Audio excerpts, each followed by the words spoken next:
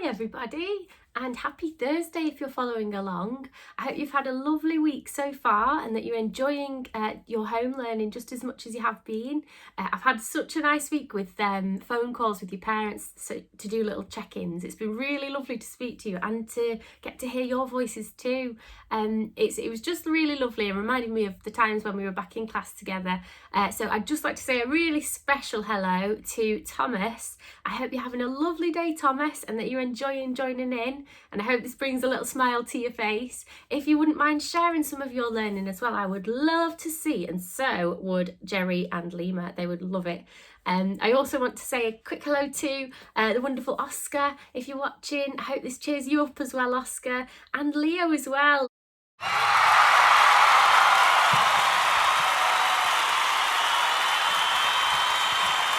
If you'd like a shout out on one of the videos as well, just let me know.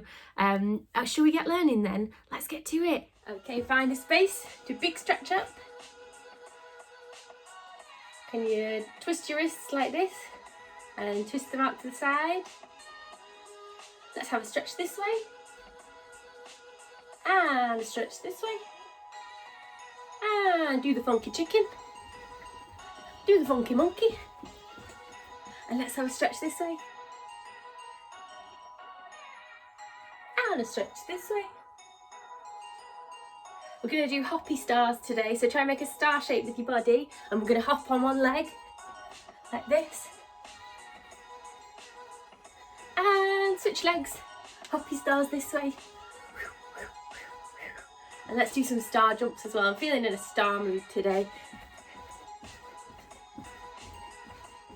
Can you keep up with my jumps? Maybe you're a bit faster. And jelly wobble. Just a quick warm up today. Let's get to it with our phonics. Okay, to start with our phonics, let's do our phase 3 sounds. So these are all the sounds we've covered before. Let's see if you can remember them. What have we got there? Yaw, j, or, qu, ear, x, ow, v, e. Oh, that's cheeky. Was that you, Jerry? Ah, cheeky monkey. We've got to get rid of that cheeky lemur. What's this one? Ch, bing, oi, yeah, ah, oo, a, sh, w, z, and zzz again. Well done if you got those. I'm not sure if this sound was in that actually. I might have missed that out. So if you remember that one, that's I, isn't it? Let's have a look at these blue sparkly words that we've looked at too. These are our kind of tricky words. So we've got like, come, have, love, and house. So if you want to challenge yourself, you could practice writing those 5 words now in your book if you press pause. And then I'm going to write the secret word of the day on here. Okay, so it's not a secret word today, it's a secret sentence. And it's got the I sound that we learnt yesterday. So it's a split I. So there's I, then another letter, then an E. Like that's a split digraph. We've already done A, E and I. So see if you can read this sentence and write an answer to it on your paper. If you haven't read it already, just pause the video now and give yourself a bit of time. The words say, do you think, do you think, ice. Remember the C or the curly K turns into a S sound when it's got a split I on it. So do you think mice are ice nice? Do you think mice are nice? What did you write on your page? I wonder. So I'm going to write, in fact, before we do that, I need to show you the word of the day, the sound of the day. Are you ready? Da, da, da, da, da, da. Do you know what that is? It's a split O. Got a split O there, so I'm going to put that on here. And then I'm going to write some words underneath that contain the split O sound. The way we remember the split O sound is by saying, phone home. Phone home. Can you do that with your hands to make a kind of phone? You can put it up to your head and say phone home. A bit like this. Phone home. Phone home. Because both of those words, phone and home, have a split O in them. Let's see. F, O, N, phone. H, O, M. Can you see? Phone, home. And it's got another phase 5 sound. It's got F that we learned last time. So that's all the way here above the book. Can you see it? So we've got F, O, N, H, O, M. Okay, I'm going to give you some O words to try and sound out under here. We've got 6 O sounds here. So have a try at reading those out and we'll go through them together in a moment. So press pause now. The first word is B, O, N. B-O-N, bone.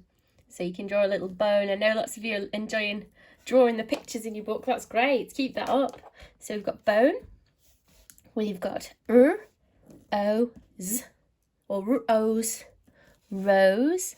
A really good trick somebody taught me to draw a rose is you draw the number 6. So you draw like the number 6 and then you draw 2 other little tails coming off it and then you join them up like that. And it makes a kind of rose, and then you can always add more petals around the edge like this. You can always add a little swirl in the middle. And there's a little rose. So roses are flowers, aren't they? The next one we've got is C-O-N, cone. Cone is a type of 3D shape, isn't it? So it's got a circle face on the bottom, like that. And it goes up into one point there. There you go. So we call that one there a vertex, don't we? That's the posh name for a 3D corner. Okay, so this one is R-O-P, rope. So you usually tie up something with rope. You could tie a boat up with rope. Like that. Next one we've got, oh, this is hard, this one. A-N-T. I'm going to split this into chunks. A-N-T spells ant. E-L spells L. So antelope. Antelope. Antelope. Have you ever heard of one of those? It's a type of it's like a deer, but it's found usually in Africa, the continent of Africa, and it's something that lions hunt. So this is a kind of antelope. It's got, actually I think it's got just pointed horns like that, and it's got a cool pattern on its skin as well sometimes, on its fur. So it's like a hoppy little deer and they jump really high, and that's called an antelope. The next one we've got is J-O-K, joke. Well done if you read all of those words correctly. What I'd like you to do today for your challenge is see if you can think of any other words with the O sound in and have a go at spelling them on your page. You could even try and look for words that rhyme with these ones. So instead of rope, you could have n-ope, nope, which means no. Or instead of cone, you could have phone. Try and use rhyming words if you can to come up with O sound words. And once you've done that, you could try and write your very own sentence with one in. I'm going to write a sentence making sure I've got my capital letters, my full stops, my finger spaces, and that it makes sense. I'm going to make a nonsense sentence that say, the rose told a joke. So the needs to be capital T, doesn't it? There we go. The, finger space, R-O-Z, the rose, finger space, told, finger space, a, finger space, j-o-k, joke. Okay, isn't my sentence perfect? Missing something. I've got my capital letter, got my finger spaces. It does make sense. Oh, I've forgotten my full stop. Silly Miss Martins. There we go. Da, da, da, da. So feel free to write your own sentence now as a little challenge. So pause the video. For math today, our main point is to double and half numbers up to 10. But before we start that, I want you to do a little warm up because we've not looked at shape for a while.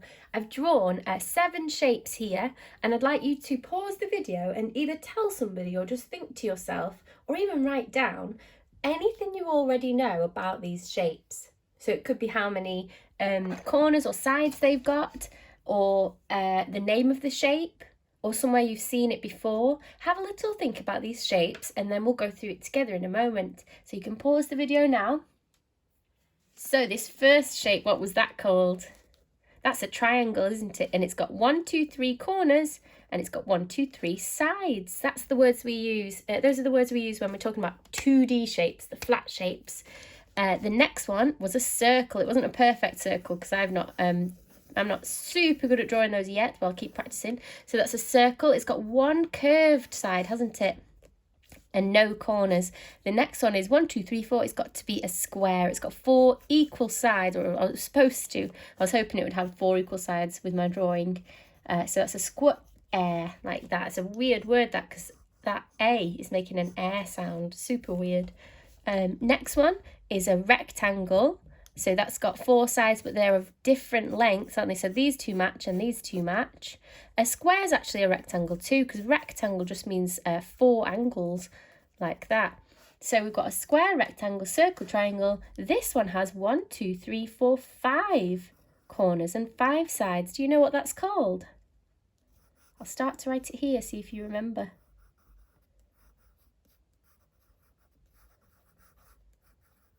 It's a pentagon. So the way I remember this is it reminds me a little bit of a pen where you keep animals, you know, like a little pen like this, that might maybe a pig pen that's got a roof on it. So when it looks a bit like a house or a pen, it's a pentagon. It's got 5 sides. The next one has 1, 2, 3, 4, 5, 6 sides. So it's not a sixagon, it's a hexagon.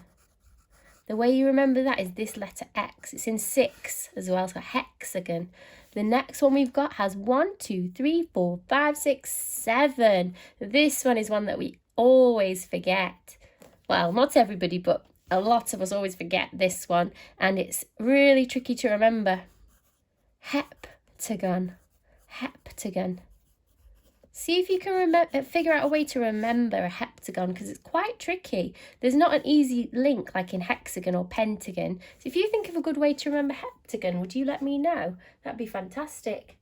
Okay, let's get on to our doubling and halving numbers time. In school, we've done halving and doubling, and we've done this both practically and with numbers, and with pictures as well. So there's also a really sweet video for halving that I'll try and find and put in the link as a link beneath this video below. And it's really cool. It talks about halving and sings a little song about halving numbers and halving stew. That's quite fun. So what we're going to focus on today is really getting to know how to halve numbers up to 10. And then we're going to look at doubling numbers too. Now, most of our children might not have encountered halving and doubling at the same time, because we usually approach it on different days. So this is quite a challenge to be looking at both at the same time. And one way that might help you remember the difference is doubling. We used to say double trouble. So double trouble, just imagine there's 2 naughty pieces of Play-Doh, or maybe if instead of just having 1 lemur, we've got double trouble, there's 2 of them, woohoo! So if you remember double trouble, you remember there's twice as many. So let's see if that helps us now. I'll show you how we're going to do this today. On here, the numbers I'd like you to try and double and then try and half afterwards. I'll show you first of all how to do double trouble. So say if we're finding double 2, we get our 2 and put it there. And then we go, oh no, double trouble. It's going to get twice as many. That means both of them are going to go zoop and turn into double the amount. Oh, that was quite a chunky one. I'll just put a smaller size one on there. So we've got double trouble. So what was double 2? It was 1, 2, 3, 4. So maybe in a different colour, next to the number 2, you could write 4 like that. So double 2 is 4. Should you have a look at double 4 next? So if I put my 4 together like this, I need to go double trouble, and we're going to make that into double the amount. That means the same again, exactly the same. We've got double now. Double trouble. 1, 2, 3, 4, 5, 6, 7, 8. So I'm going to write 8 next to my number 4. Doing it practically is a really nice, easy way to do this. You could always draw pictures. So you could draw your 4 like that, 1, 2, 3, 4, and then double it by drawing another 4, 1, 2, 3, 4, and just check that they're equal like that, yeah? And then we've got the same answer, it's 8. But if you want to use Play-Doh or resources, that's absolutely fine. So I think that should be enough to help you find double.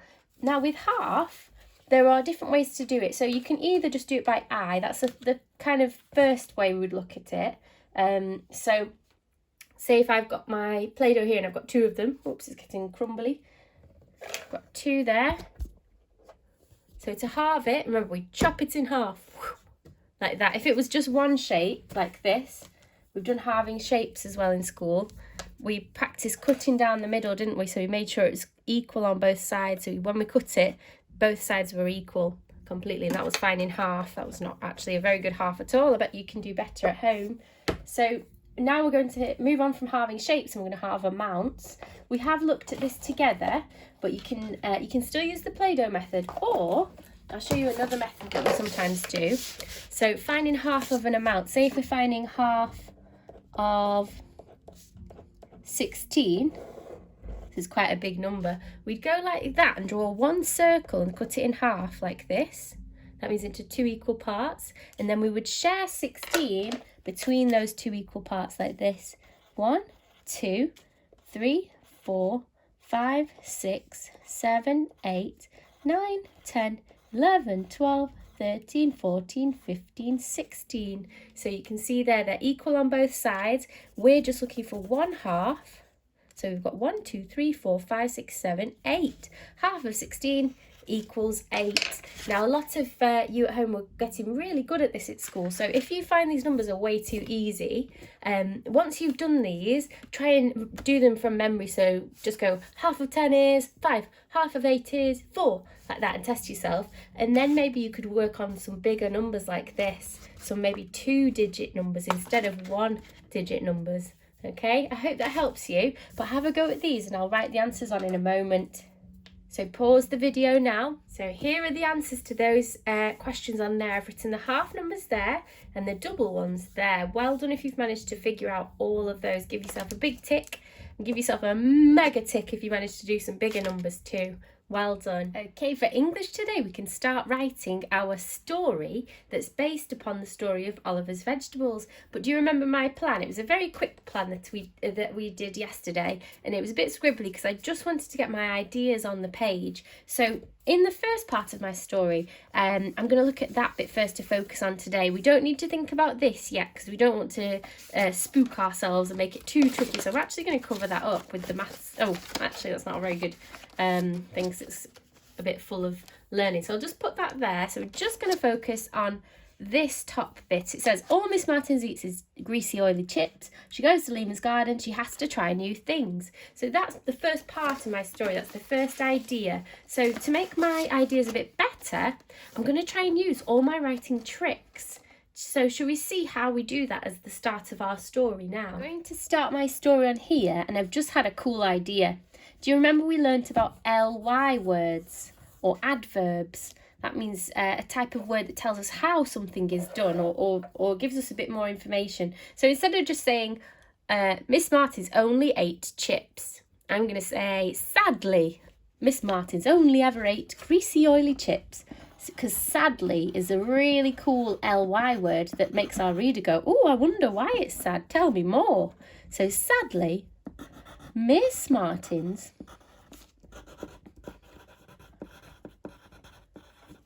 only, O-N-L-Y, ever ate. Oh, look. What's that? Da, da, da, da, da. It's a split A. Well done if you spotted that then. Sadly, Miss Martins only ever ate greasy, oily chips. I love this 2A sentence. Greasy, G-R-E-S-E, comma, oily chips. Full stop, or maybe even an exclamation mark to make it a bit exciting. Sadly, Miss Martins only ever ate greasy, oily chips. And then I'm going to say that she's really excited. She was excited to go to Lima's garden because Lima has a huge, amazing vegetable patch. Let's write that. So, what was it again? She was excited. So she was excited. There are the 3 words I'm going to write first. So she... Oops, I've made a mistake. Can you spot what it is? I haven't put a capital letter there, even though it's after an exclamation mark. Don't worry, let's just try again. So capital S, she was. Can you remember how to write was? I remember it sounded a bit like was.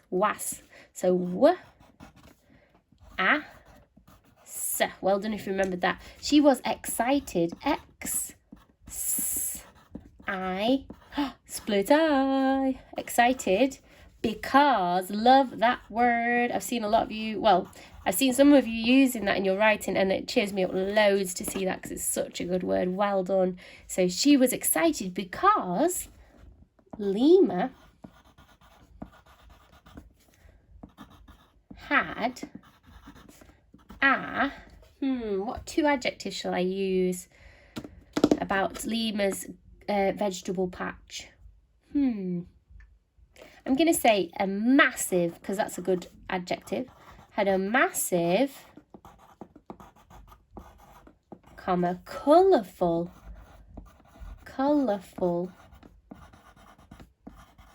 Lima had a massive, colourful vegetable patch. Vegetable, so it's veggie table. Can you see the word table there? She was excited because Lima had a massive, colourful vegetable patch.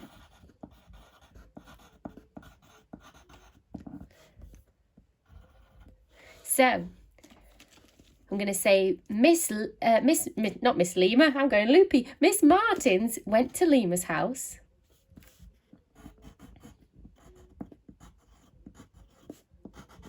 Miss Martins went to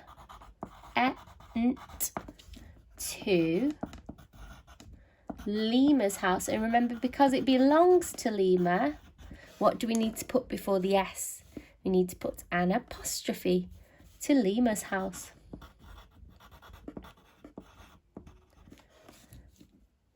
So the thing is, when she gets to Lima's house, she has to try new things. That's what my plan says. So Lima told her, I'm going to say Lima told her she wasn't allowed she wasn't allowed chips until she found the potatoes.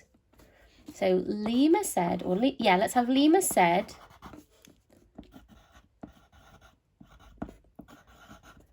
Lima said she could not have chips until she found potatoes. Could. Can you remember the way we write could? It's O-U, lucky duck.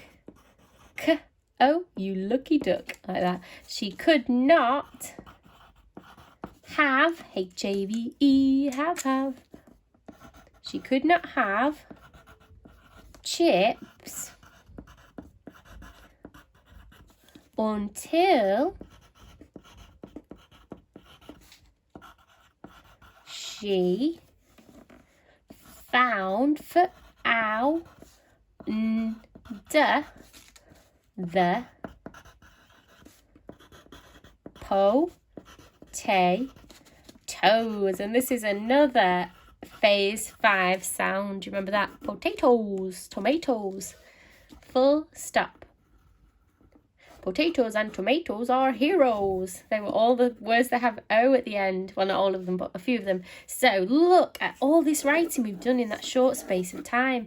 And you know what's really good that we've done together? We've got our capital letters, we've got our full stops, we've got finger spaces, and I think we need to check if it makes sense. So let's read it together, and this might give you some ideas too. So we've got, sadly, Miss Martins only ever ate greasy, oily chips.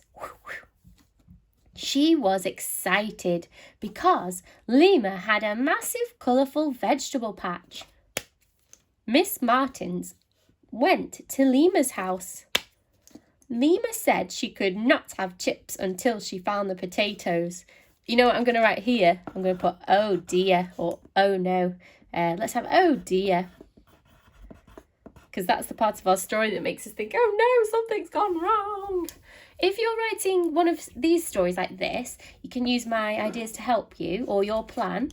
If you're writing a different story, just remember our little tools for writing, our rules for writing. These are the ingredients that you need to make sure that your writing is super duper. Okay, I'll leave that with you. That's just the beginning, but when you get to the next part, so like the beginning and the middle and the end, use your plan to help you.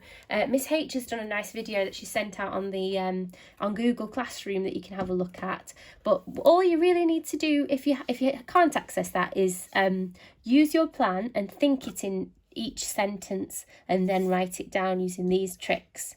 Don't set yourself too big a challenge. As much writing as you're able to do that, and then have a break, and then come back to it. At the end, I would love to see your stories. It would really make my day. Okay, so if you don't mind sharing, please do. That'd be lovely. Or you could share it on the blog and let all your friends see and hear about your story. Remember, you're writing it about yourself going to your friend's house, okay? Good luck, guys. Oh, for topic today, we're going to use a teeny weeny piece of paper. Hey, what are you doing down there, cheeky? I'm going to put you back up here with the other sounds. So, oops, it just wants to be down there, doesn't it, eh? So on my tiny piece of paper, you can get one of these as well. All you need is a piece of paper and a pencil, and you need to create what is called a chart. So on our chart, we can go like that. Just draw it simply. You can always ask an adult to draw one or print one off for you. And then draw a line down one side of it like that. And then on this little section here, we're going to write types of transport we can think of. So you could have a bike. So B-I-K. Hey, it's a split I, that one. You could have bike. I'll draw a line under that. Then you could have car. So K-R. You could have bus. B-U-S. You could have, what other types of transport are there that we might see on our daily walk? This is going to be our challenge today. We're going to create a tally chart. I should have told you this at the start, but it's okay, we can look at it now. We're going to create a tally chart to show how many of each different type of transport we see on our walk. So we've got bike, car, bus, maybe a walker, so walker. And if you think of something else, like a scooter or something, rollerblades, anything that you want to think of for your transport, you can write it down. And this is basically how you do a tally chart. So imagine you're walking along, and then you see somebody drive past in a car, zoom. You say, hey, I've just seen a car. I'm going to put a tally mark on there. So you draw one line down. Remember, we used to do this with our house points in class. So then you'll walk along a bit more and see a bus. Oh, a bus. So you find the word bus and you do a tally mark there. If you see another car, you put a line there. And another car, you put a line there. And another car, put one there. So how many cars have I seen now? 1, 2, 3, 4 cars. And then you see a 5th car. If you see 5 cars, when we get to multiples of 5, we turn it into a gate. So it goes 1, 2, 3, 4, 5. It turns into a tally gate. That's the way I remember it, because it looks a bit like a gate. So then we know that when we see that, it means 5. It just makes it easier to count. And then if we see another car, we would start a new tally like that. So we know we've got 5 and 1, which makes 6. So you might then see a walker, you might see a bike, a scooter, another car, like this. So you can take your ticket out with you, your little tally chart ticket, and a pencil, and you can start creating a tally of the things you see. Yours might look different to mine. You could even add pictures instead of the words, that's fine. Just try and do this tally and count up what you get. And then at the end, you can write the totals at the end here. So say I only saw one bike, I'd write 1 there. Say if I saw 1, 2, 3, 4, 5, I know that's 5 already. So I've got 5, 6, 7. I'd write 7 there. We say, let's pretend we had this many. So we've got 1 bus. We've got 3 walkers, 1, 2, 3. We've got 2 scooters, like that. So then we'd be able to see the numbers of each one we saw outside. Which one was the most popular? It was the car, wasn't it? In my imaginary one. Which was the least popular ways? There are 2 least popular ways. we've got the bike, which is only one, and we've only got one bus as well. So you can play with the data that you find, the information you find. You can play with it by answering questions about it like that. But if you can try and do a tally chart on your next walk, that would be fantastic. That's your challenge for today if you get time.